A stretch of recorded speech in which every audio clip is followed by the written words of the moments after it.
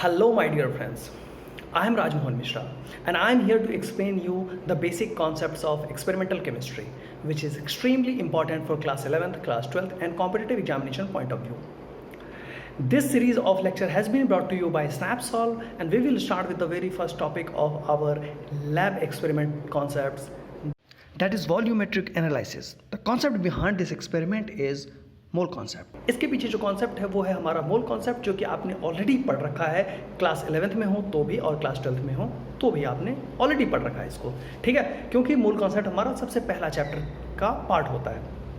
Okay, सो किसी भी experiment को करने से पहले हम एक ऑब्जेक्टिव डिसाइड करते हैं कि हमें करना क्या है। तो हमारा ऑब्जेक्टिव यहाँ पर में क्या है?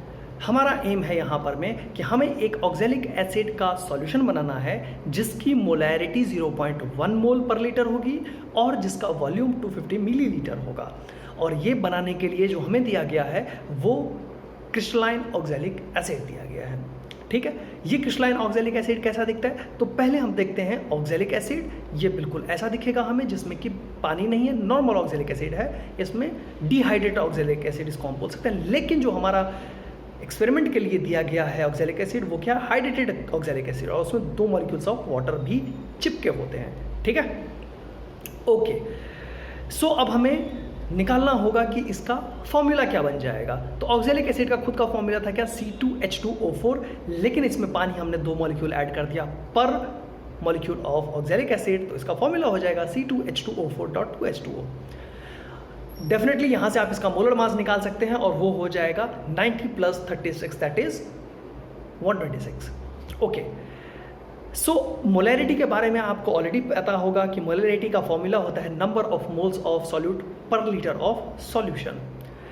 Number of moles of solute निकालने के लिए हम क्या करते थे? अमाउंट ऑफ सॉल्यूट को डिवाइड कर देते थे उसको मॉलिक्यूलर मास से और मिल जाता था हमें नंबर ऑफ मोल्स। और वॉल्यूम को हम लोग क्या करते थे? कन्वर्ट कर लेते थे लीटर्स में, उसके यूनिट को, ठीक है। इतना कुछ अगर हमें पता है तो हम लोग कैलकुलेशन करने के लिए तैयार हैं। और कैलकुलेशन क्या करेंगे? हमें निकालना पड़ेगा कि 0.1 मोलर सॉल्यूशन के लिए हमें क्या क्या करना है। तो हमें मोलैरिटी पहले से पता है 0.1 और हम उसको फॉर्मूला में पुट कर देंगे। तो 0.1 should be equal to number of moles of solute divided by volume of solution. Now there is one assumption here. एक एजम्पशन क्या है यहाँ पर में? वो ये है कि volume of solution is equal to volume of solvent, यानी कि सॉल्वेंट में यानी कि पानी में जब हम लोग सॉल्यूट को ऐड करेंगे तो हम ये अज्यूम करके चलते हैं कि उसके वॉल्यूम में कोई भी चेंजिंग नहीं आएगी, ठीक है। There will be no change in the volume of solvent when solute is added into it, ठीक है।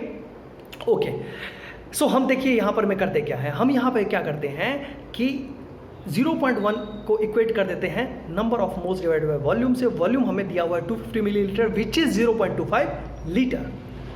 तो यहाँ पर हमें क्या मिल जाएगा? Number of moles is equal to 0.25 multiplied by 0.1। Number of moles जब हमें मिल जाएगा तो हम नंबर ऑफ मोल्स को इक्वेट कर देंगे किससे? इक्वेट कर देंगे amount of the substance that is mass of the solute that is oxalic acid, hydrated oxalic acid divided by its molecular mass, ठीक है। यानी कि यहाँ से अगर हम देखेंगे तो हमें क्या मिल जाएगा कि 0.1 इज इक्वल टू मिलेगा W, that is the amount of oxalic acid that needs to be weighed divided by 126 divided by 0.25। लेकिन हमने 0.25 को पहले ही इधर कर लिया था, तो हम इसको ऐसे भी लिख सकते हैं कि W/126 is equal to 0.1 into 0.25 which is equal to 0.25 sorry। so हम यहाँ से निकाल सकते हैं कि amount of the oxalic acid that needs to be weighed is equal to, that is W is equal to 126 multiplied by 0.025 which is equal to 126 divided by 40 which is equal to 3.15। that's it। अब हमें पता चल गया कितना amount चाहिए oxalic acid का इस solution को बनाने के लिए, और पानी का वॉल्यूम हमने ऑलरेडी मान के रखा हुआ है 250 मिलीलीटर। दैट्स इट, खत्म कहानी। अब हमें प्रोसेस करना है। इतना काम हमने कॉपी पेन पे कर लिया, तो अब हमें क्या करना है? हमें चुपचाप जाना है और एक बीकर उठाना है, उस बीकर में 250 मिलीलीटर ऑफ पानी को मेज़र कर लेना है और उसको डाल देना है इस एक फ्लास्क में। अब फिर हम क्या करेंगे? अब हम लेंगे जो भी हमें ऑक्सैलिक एसिड का डब्बा दिया जाएगा, उस डब्बे में से निकालेंगे ऑक्सैलिक एसिड और उसको हम वे करेंगे वेइंग मशीन पर में ले जा करके, और एग्जैक्टली 3.15 ग्राम को वे करके ले आएंगे और क्या करेंगे, उसको हम लोग डाल देंगे फ्लास्क में जिसमें हमने पहले से पानी डाल रखा था, और उसके बाद हम क्या करेंगे, उसके बाद हम उसको स्टर कर देंगे। स्टर कर दिया हमने, हमारा सॉल्यूशन तैयार है, ख़त्म कहानी, दैट्स इट। इतना आसान था, एक एक्सपेरिमेंट आपका ख़त्म हो गया। बस अब इसमें मैं थोड़ा सा एक एडिशन कर देता हूँ कि अगर आपसे कहा जाएगा कि मुझे 0.1 नॉर्मल सॉल्यूशन चाहिए था, ना कि 0.1 मोलर, तो नॉर्मल मोलर में हमें थोड़ा सा डिफरेंस होता है, वो जानना होगा। क्या होता है, मोलैरिटी को जब हम एन फैक्टर से मल्टीप्लाई कर देते हैं तो हमें मिल जाता है नॉर्मैलिटी, और यहाँ से हम लोग कैलकुलेट कर लेंगे क्योंकि मोलैरिटी का नया वैल्यू मिल जाएगा हमें, दैट इज़ 0.05, और उसके लिए हम लोग को सीधे इसके मास को हाफ करना पड़ेगा, है ना, जो कि हमें क्या मिल जाएगा 1.575। बहुत आसान है और बहुत आसानी से हम लोग 0.1 नॉर्मल सॉल्यूशन भी बना सकते हैं।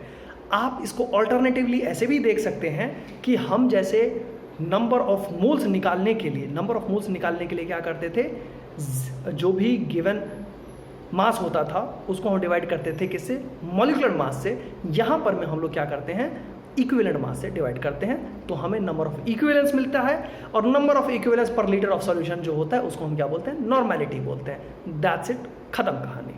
ठीक है, तो मिलते हैं हम लोग अगले